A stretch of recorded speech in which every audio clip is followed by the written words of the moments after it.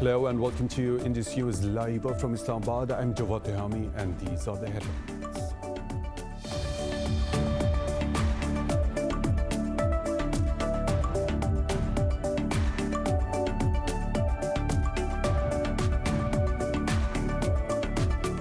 Pakistan's President Arif Alvi has reaffirmed his country's resolve for promoting peace and security in the region. He was attending the concluding ceremony of the multinational maritime exercise UM-21 in the North Arabian Sea. Over 40 countries participated in the drills with their naval warships, aircraft and special operation forces.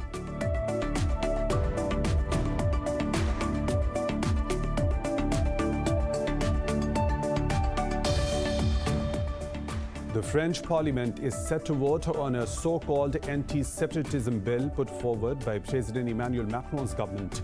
The bill would strengthen the government oversight of mosques and religious schools, among other measures.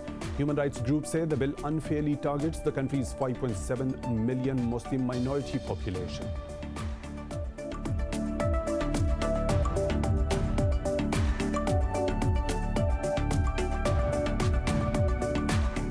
Myanmar's military has repeated its promise to hold new elections and relinquish power as anti-coup protests continue across the country. A spokesman for the army once again claimed that the military took control after alleged voter fraud.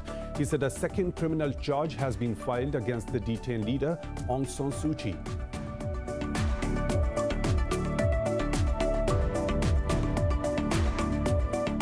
In Iraq, a little-known militant group, Awliya al-Dam, has accepted responsibility for the rocket attack near the U.S. military base in Erbil on Monday. The group has threatened to launch more attacks on the American forces in the country. According to the U.S. coalition in Iraq, a civilian contractor was killed and a U.S. soldier was wounded in the attack.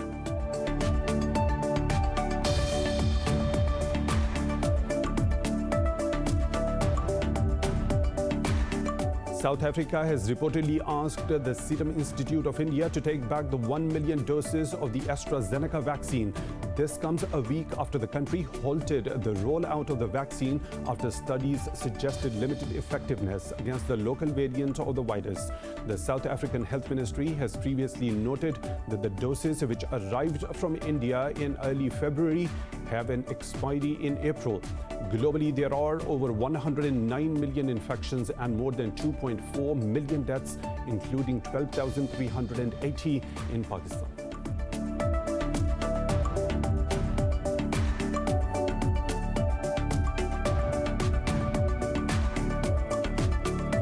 And in the Australian Open, Novak Djokovic beat Alexander Zverev by 3-1 to book a semi-final match against Aslan Karatsev. In the women's singles, Naomi Osaka and Serena Williams have qualified for the semi-finals.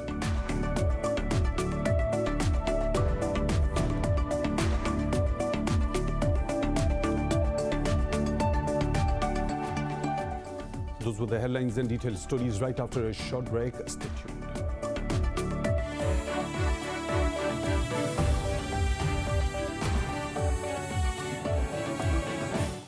Welcome back, and now for the news in detail. Pakistan's President Arif Alvi has reaffirmed his country's resolve for promoting peace and security in the region. He was attending the concluding ceremony of the multinational maritime exercise UM-21 in the North Arabian Sea. Alvi said the drills will help improve the maritime security in the region. He also thanked participating navies for displaying their commitment to collaborative maritime security despite COVID-19 pandemic. Over 40 countries with their naval warships, aircraft and special operation forces took part in this year's exercise. Chiefs of all three services were also present on the occasion. The Hindu community is holding a protest in Islamabad demanding justice for the 11 Pakistani Hindus killed in Jodhpur, India. Demonstrators gathered in front of the Foreign Ministry and Indian High Commission. They chanted slogans condemning the mysterious killing and the apathy of the Indian government. They said New Delhi has still not handed over the bodies of the slain Hindus to their families. The protesters demanded immediate justice for the victims. On August the 9th, 11 Pakistani Hindus were killed by Hindutva extremists in a village of district Jodhpur in India's northern Rajasthan state. In India, the opposition has slammed Prime Minister Narendra Modi over deaths of more than 200 farmers during protests against the contentious farm laws. This comes after another farmer committed suicide at the protest site. Congress leader Priyanka Gandhi addressed a farmers' meeting in Rajasthan to express solidarity with the protesting farmers. She said scores of farmers have died, but the Prime Minister is not bothered. The number of troops deployed at Delhi's border remains high as farmers warn of intensifying their agitation. The protest against the three farm laws has entered into its 20th week as farmers demand total repeal of the contentious laws. The French Parliament is set to vote on a so-called anti-separatism bill put forward by President Emmanuel Macron's government. The bill would strengthen government oversight of mosques and religious schools, among other measures. Human rights groups say the bill unfairly targets the country's 5.7 million Muslim minority population. Critics call the bill a political maneuver by Macron to win support from the conservative and far-right voters ahead of next year's presidential election. The bill is likely to win approval in the National Assembly, which is dominated by Macron's centrist party, as well as the conservative-led Senate. The incidents of Islamophobia have increased significantly in Europe, prompting concerns from the Muslim world, including Pakistan and Turkey. Myanmar's military has repeated its promise to hold new elections and relinquish power as anti-coup protests continue across the country. A spokesman for the army once again claimed that the military took control after the alleged voter fraud. He said a second criminal charge has been filed against the detained leader, Aung San Suu Kyi. Thousands of protesters across the country are demanding the immediate release of the ousted leader and the restoration of democracy. Earlier, the ruling military warned the demonstrators of a strict action if they don't end their strike and return to work, while the UN has warned the army of severe consequences for any harsh response to the demonstrators. In Iraq, a militant group, al-Dam, has accepted responsibility for the rocket attack near a military base in Erbil on Monday. A civilian contractor was killed and a U.S. soldier was wounded in the attack. The group said American forces will not be safe anywhere in the country. Outraged by the attack, the U.S. said the perpetrators of the attack will be held accountable. Iraqi officials claim the group has ties with Iran, an allegation it denies. South Africa has asked India Serum Institute to take back the 1 million doses of AstraZeneca it sent earlier this month. The decision comes a week after studies suggested limited effectiveness of the shot against the most contagious local variant of the virus. This is despite the World Health Organization giving emergency approval to the vaccine. The country's health ministry has previously noted that the vaccine doses have an expiry in April. South Africa now will begin vaccinating health workers with the Johnson & Johnson single-dose shot, although a date for the rollout has not yet been set.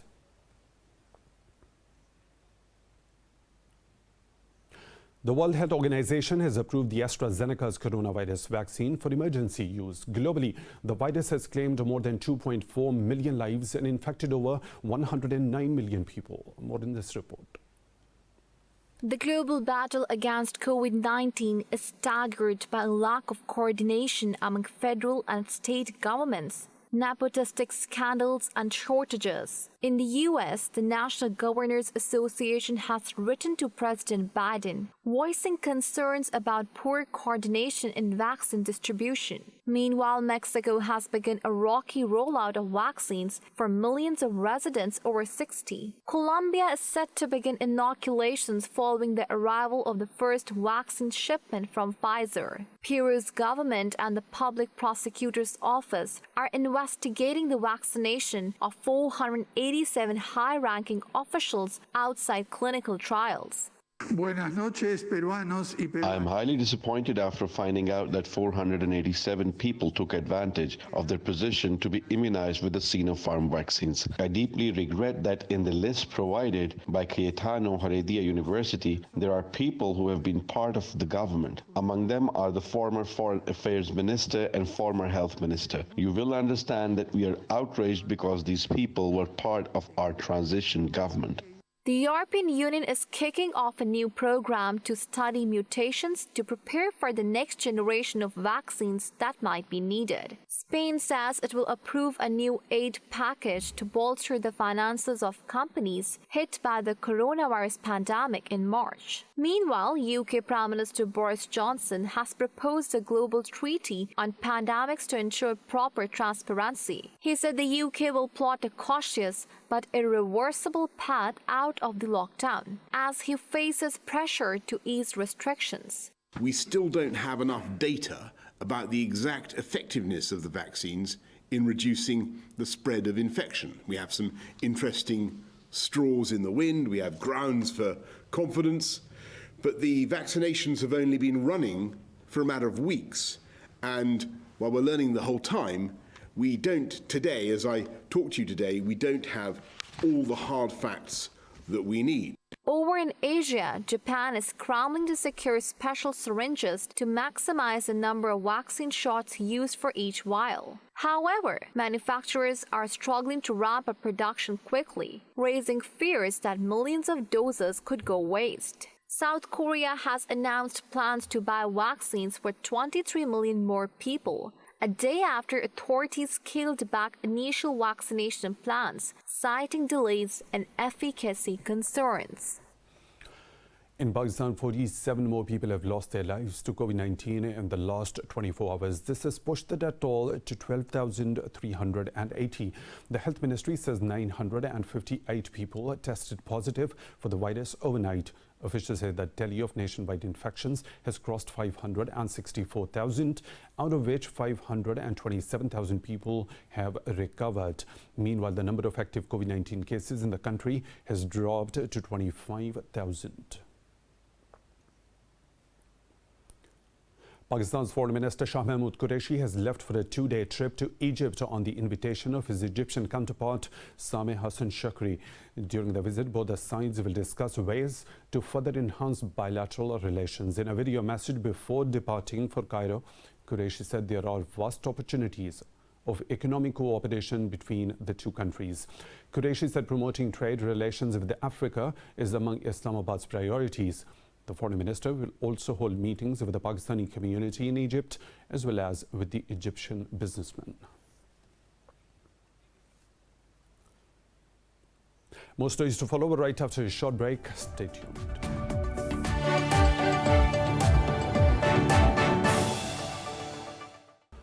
Welcome back. A Bangladeshi court has sentenced 5 members of a militant group to death for killing a US blogger 6 years ago. Another man was jailed for life over his role in the murder. Lawyers of the convicts say they would appeal against the sentences in the higher court. Bangladesh saw a string of deadly attacks between 2013 and 16, targeting bloggers, secular activists and religious minorities. Those attacks were claimed by ISIS or Al-Qaeda-aligned groups. 40 people have died after a passenger bus fell into a canal in the central Indian state of Madhya Pradesh. Police say the bus carrying over 50 passengers fell off the bridge in Sindhi district after the driver lost control over it. Police said the bus was overcrowded as the 32-seater vehicle had 57 passengers. 7 people had been rescued and search for the rest of the passengers was underway. Earlier, police said 5 women were killed and 30 others were injured after their vehicle plunged into a canal in Tamil Nadu. Turkish President Tayyip Erdogan says his country will expand its cross-border operations against Kurdish militants after 13 Turks were killed in northern Iraq. Speaking in the Black Sea province of Trabzon, Erdogan once again complained that Turkey has not received enough international solidarity. The bodies of 13 Turks were found on Sunday when Turkish forces were conducting an operation against the PKK militants in Iraq. Turkey has blamed the PKK for the killings. On Monday, the US said it believed that the PKK militants were responsible for the deaths. The statement came after Turkey called an earlier US statement on the killings a joke and summoned the US ambassador. The PKK is a designated terrorist group by the Turkey and the United States and the European Union. It has waged a decades-old insurgency in Turkey's southeast, in which over 40,000 people have been killed. New Zealand has slammed Australia's act of disowning a citizen alleged to be an ISIS member. Canberra had unilaterally cancelled the citizenship of the terror suspect currently detained in Turkey. Talking to reporters in Wellington, New Zealand's Prime Minister Jacinda Ardern said the woman was a dual citizen of Australia and New Zealand. Ardern said Canberra's move has forced Wellington to assume responsibility for the woman. She criticised Australia for exporting its problems, accusing it of not having acted in good faith. Responding, Aussie Prime Minister Scott Morrison said he was merely putting Australia's national security interests first.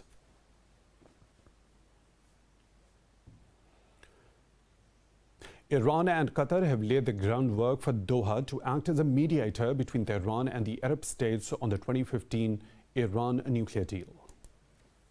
In a meeting with Iranian President Hassan Rouhani in Tehran, Qatari Foreign Minister Sheikh Mohammed bin Abdulrahman Al Thani said, Doha is ready to play a key and effective role in establishing the regional dialogue on the nuclear deal. Sheikh Al Thani also affirmed that Doha will spare no efforts for the revival of the Joint Comprehensive Plan of Action. He expressed hope for the U.S. speedy return to the deal to resolve challenges and sanctions within the agreement's framework. Meanwhile, President Hassan Rouhani said Iran will return to the deal as soon as the U.S. lifts its illegal sanctions and returns to law. Iran has also welcomed the Qatari effort to facilitate the revival of the nuclear agreement. Earlier, Iran informed the International Atomic Energy Agency of its plans to end snap inspection powers under the deal.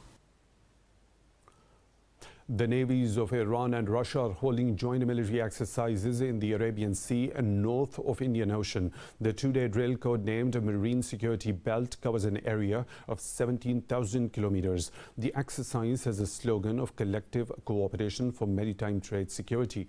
Tehran says the joint exercise is aimed at combating piracy and maritime terrorism. The exercise involves naval units from the Iranian army. It comprises a destroyer, a logistics support ship, and a helicopter from the Russian army.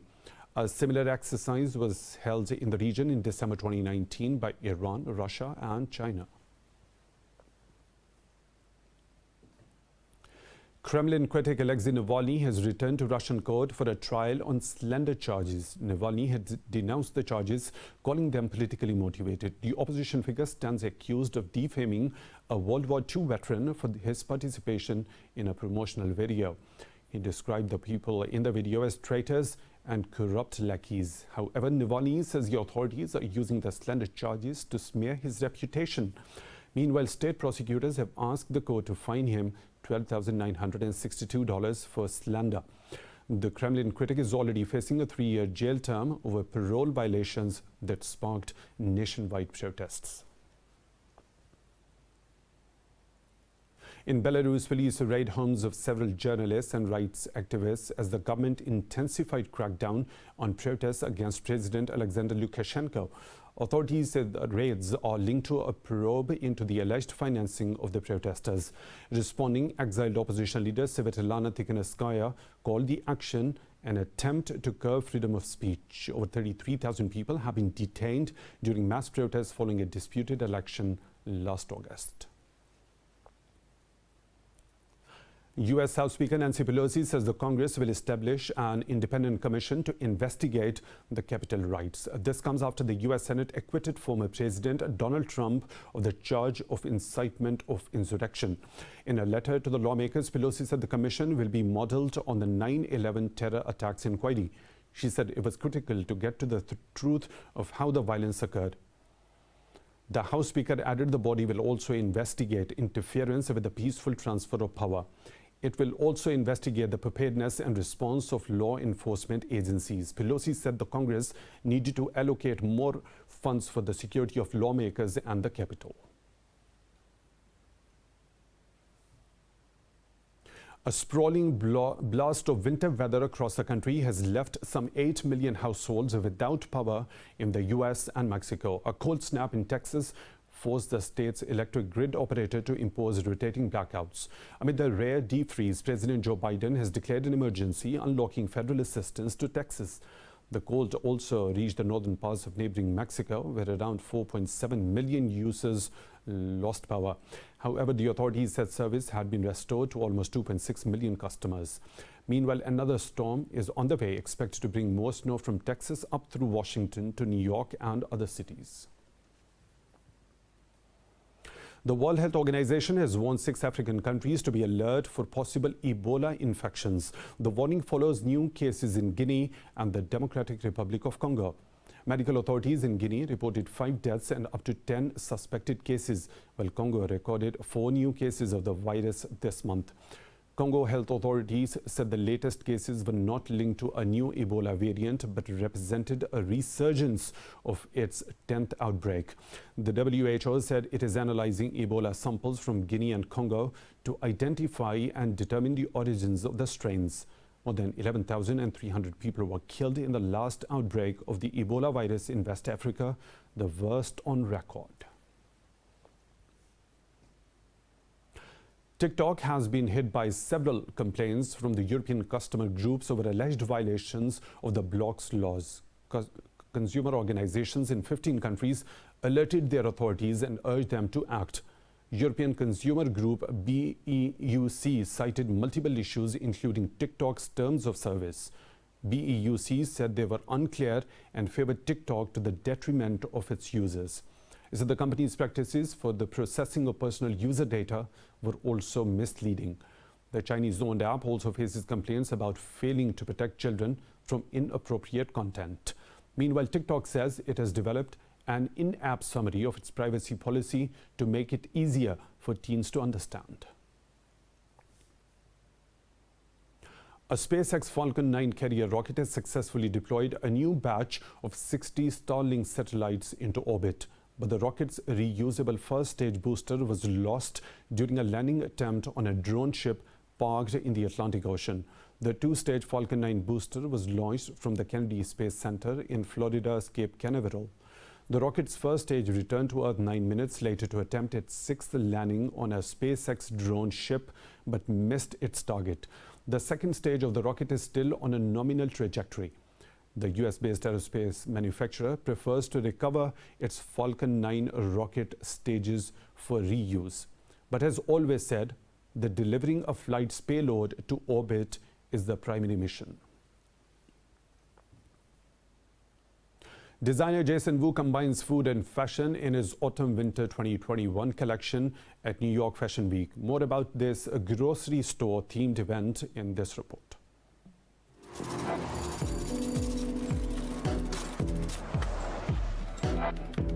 For this year's New York Fashion Week, designer Jason Wu came out with something refreshingly different. The creations were dished out in his 1950s-inspired Mr. Wu's General Store. It seemed more like a grocery store instead of a runway, as models walked across in gowns surrounded by baskets of fruits and vegetables and racks of soft drinks. It was based on lockdown cooking and casual clothing, featuring loose-fitted long dresses and skirts combined with knitted sweaters and long masculine coats. In a simple yet elegant coloring scheme, red and blue were popping out against whites, blacks and grays. The long fringes and boots in yellow snakeskin and pink patent leather lightened up the somber styles. The edible ingredients used in the show were donated to City Harvest, a New York charity fighting food insecurity. China is marking the start of the Year of the Ox with grand celebrations across the country. The 2021 Spring Festival Gala, a showpiece event to welcome the Lunar New Year, has already begun and will last for 16 days. More about the Chinese New Year festivities in this report. This year, China is pulling out all the stops to welcome the new year. The technological innovation showcase in the festival offers a unique visual audio feast to audiences. The combination of ultra-high resolution, artificial intelligence, and virtual reality technologies offers stunning experiences for viewers. For me, this year's Spring Festival Gala is a feast of art integrated with technology. Arts, whether in the form of martial arts, dancing or singing, were all presented through science and technology. It gave the audience a feel of our country's progress in technological innovation. And I hope our country will make still better and stronger technological innovation in the future.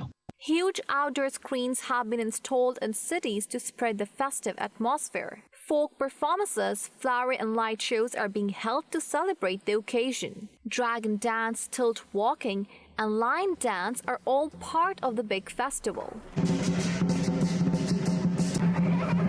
Tourists are also getting the chance to enjoy authentic Chinese cuisine while enjoying the gala. A dish, namely shanchi big bowl noodles, which is of rich flavor, is a favorite of tourists. Opera, acrobatics, and fashion shows are also attracting the attention of tourists. The festivities started from the Lunar New Year's Eve will continue to the 15th day of the first lunar month. It's time for a short break. We'll be back with more stories. Stay tuned.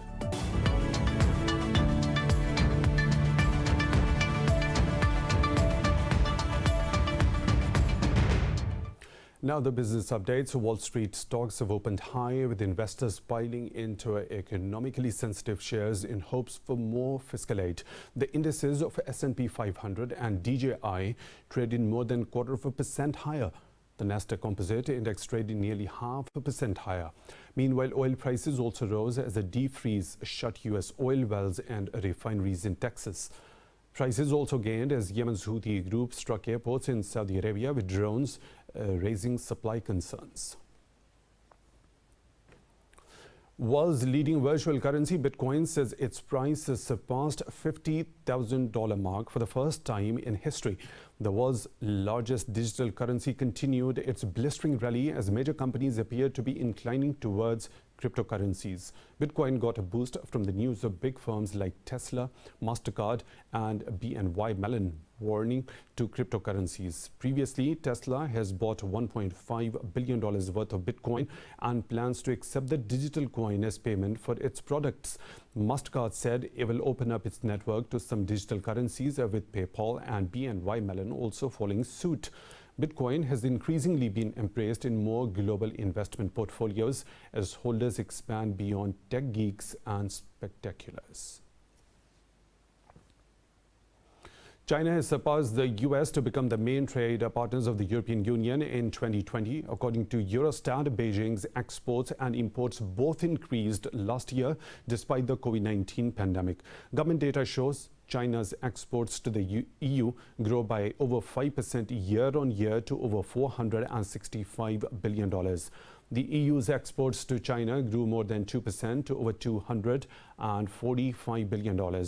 The bloc's trade in goods with the US totaled over $673 billion. However, its trade with Beijing topped $710 billion. The US is now the second largest trade partner of the EU, with the UK ranking third.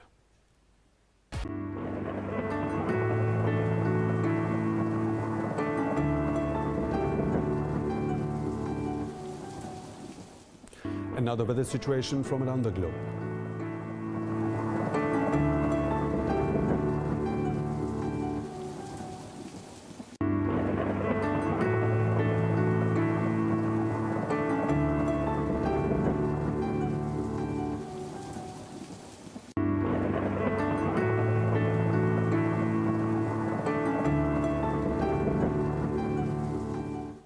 And that's all for now. For the latest updates, you can follow us on social media at Indus News.